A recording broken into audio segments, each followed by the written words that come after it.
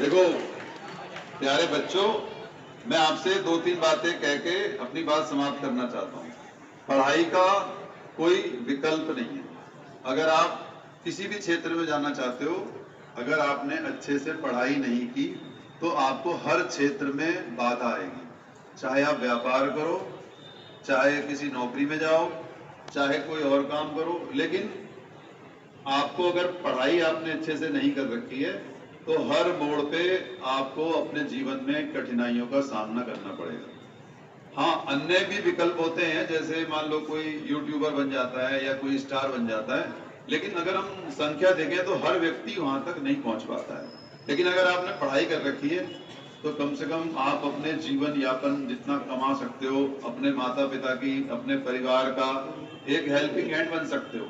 और अगर आप पढ़ोगे नहीं तो आपको जो मजदूरी मिलेगी, जो इस समय अगर हम मार्केट में रेट देखें तो 7-8 हजार रुपए एक व्यक्ति को मिलते हैं। 10 घंटे, 8 घंटे, 12 घंटे भी काम कराते हैं। या तो अगर तुमने अभी पढ़ाई कर ली तो तुम्हारा बाकी का जीवन अच्छा हो सकता है, और अगर तुमने अभी पढ़ाई नहीं की और तुम खेल कूद में मौज मस्ती में लगे रहोगे तो तुम्हारा बाकी का जीवन बहुत कठिन हो जाएगा।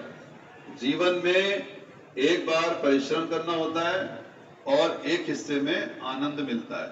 अगर तुम अपने हिस्से का आनंद मौज मस्ती अभी ले लोगे तो तुम्हें बाकी का जीवन परिश्रम करना पड़ेगा, और अगर तुम अभी परिश्रम कर लोगे तो तुम्हारा बाकी का जीवन थोड़ा आनंदमय हो जाएगा। जैसे हमने दीवार पर भी लिखवाया हुआ है विद्यालय की कि यदि आज आप 6 घंटे पढ़ाई करने को तैयार नहीं हो तो कल 12 घंटे काम करने के लिए तैयार रहना। 8 बजे बुलाते हैं और अगर 5 मिनट लेट हो जाते हैं तो लौटा देते हैं। 7 बजे व्यक्ति घर से निकलता है, 7 बजे, 7:30, 8 बजे वहां उनको पहुंच जाना होता है। रात को 8 बजे छुट्टी होती है, फिर 9 बजे घर में आता है, फिर सुबह 7 बजे उसको जाना होता है। उसका जीवन जो है बिल्कुल स्पॉइल कर दिया जाता है। इतना परिश्रम कराते हैं 12 घंटे, और केवल जवान लोगों को नौकरी पे रखते हैं। जो 35-40 साल के हो जाते हैं फिर उन्हें नौकरी पे नहीं रखते, और वो उससे कोप अप नहीं कर पाते। जो 8वीं तक जैसे वो खेल कूद में ध्यान रहता है, और एकदम 9th का जब सिलेबस सामने आता है, काफी कठिन सिलेबस है, तो 9th के बच्चों को तो बहुत गंभीर होने की जरूरत है। और जो 10th के बच्चे हैं उनके लिए तो आप समझ लो ये जीवन भर का प्रश्न है। 10th के जो नंबर हैं हमेशा आपके साथ रहेंगे। आप जहां भी अप्लाई करोगे, जिस भी नौकरी में जाओगे, सबसे पहले 10वीं के नंबर देखे जाते हैं। अब ऐसा है, कुल मिला के मैं तुमसे ये कहना चाहता हूँ कि तुम पढ़ाई में ध्यान दो। पढ़ाई का कोई विकल्प नहीं है, और जो बच्चे मेरिट में आते हैं ये भी तुम्हारे जैसे होते हैं, लेकिन ये शुरू से पढ़ रहे होते हैं।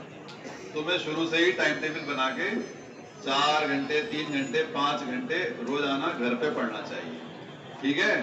और बाकी तुमसे मैं दूसरी बार में बात करूंगा। आज माइक थोड़ा ये कमजोर है, इसकी आवाज पीछे तक नहीं जा रही है।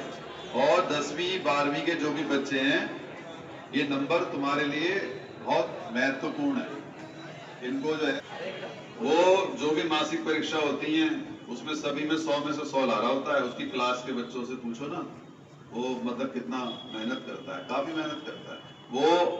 मैं तो उसे भी समझाता हूँ जो तुम्हें समझा रहा हूँ कि तुम इतनी पढ़ाई करो कि उत्तराखंड की मेरिट में आ सको। मान लो यहाँ हम किसी बच्चे के नंबर बढ़ा देंगे, उससे क्या होगा? कोई फायदा नहीं होगा ना। असली नंबर वो हैं जो बोर्ड में आएंगे तुम्हारे, वो तब आएंगे। ये बच्चा बता रहा था इधर इधर कि शुरू से इसने घर के लिए एक टाइम टेबल बनाया था और उसको कभी भी मिस नहीं करता था। और कोई खास बात बताओ, क्या करता था? बड़ा बहुत दिन का लाया क्या, कैसे आया? मैंने कोई टारगेट तो नहीं बनाया था, बस शुरुआत से पढ़ाई करी। रोज टारगेट बनाते कि आज कितना पढ़ना है, बस उसी से पढ़ा।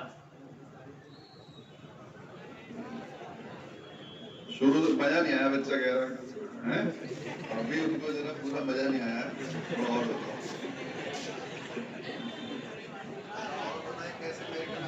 बस कंसिस्टेंसी होनी चाहिए कि रोज पढ़ना ही है, बीच में ज्यादा गैप नहीं होनी चाहिए पढ़ाई के बीच में।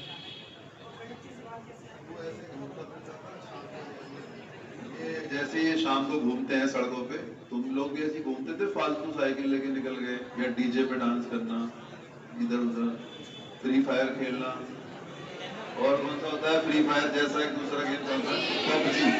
पबजी खेलता था तू? क्यों नहीं खेलता था? तू भी आप इधर आ, पबजी या फ्री फायर खेलते थे तुम लोग? कितने बच्चे तुम में से फ्री फायर और पबजी खेल रहे हैं? हाथ खड़े करो। शाबाश, ईमानदारी से हाथ तो खड़ा कर दो, हाथ खड़े करो फ्री फायर वाले और पबजी वाले जो भी हैं। अपना भविष्य बर्बाद होने से तुम्हें कोई बचा नहीं सकता। और जो बच्चे, कुछ बच्चे ऐसे हैं वो सोच रहे हैं कि रील बना के पैसे कमा लेंगे। कौन कौन हाथ खड़े करो जो यूट्यूबर बनने के सोच रहे हैं? कौन कौन है कलाकार? इसमें जो है ये कौन सा बेटे, ये तू वीडियो बनाता है? हैं? कितने तेरे सब्सक्राइबर हो हैं? 147। बता तेरे कितने सब्सक्राइबर? क्या बता हैं? 1300। और तेरे सब्सक्राइबर नहीं है। चलो मैं इसमें इतना ही कहना चाहता हूँ, हो सकता है इनमें से कोई स्टार बन जाए, लेकिन वो संख्या कम होती है। अगर YouTube या फोन चलाने का शौक है तो पढ़ाई के वीडियो देख लिया करो, इंग्लिश अच्छे से पढ़ो। हमारे स्कूल के बच्चे इंग्लिश पे थोड़ा कम ध्यान देते हैं, इंग्लिश जीवन में बहुत काम आएगी, अंग्रेजी को ज्यादा अच्छे से पढ़ा लो, ठीक है?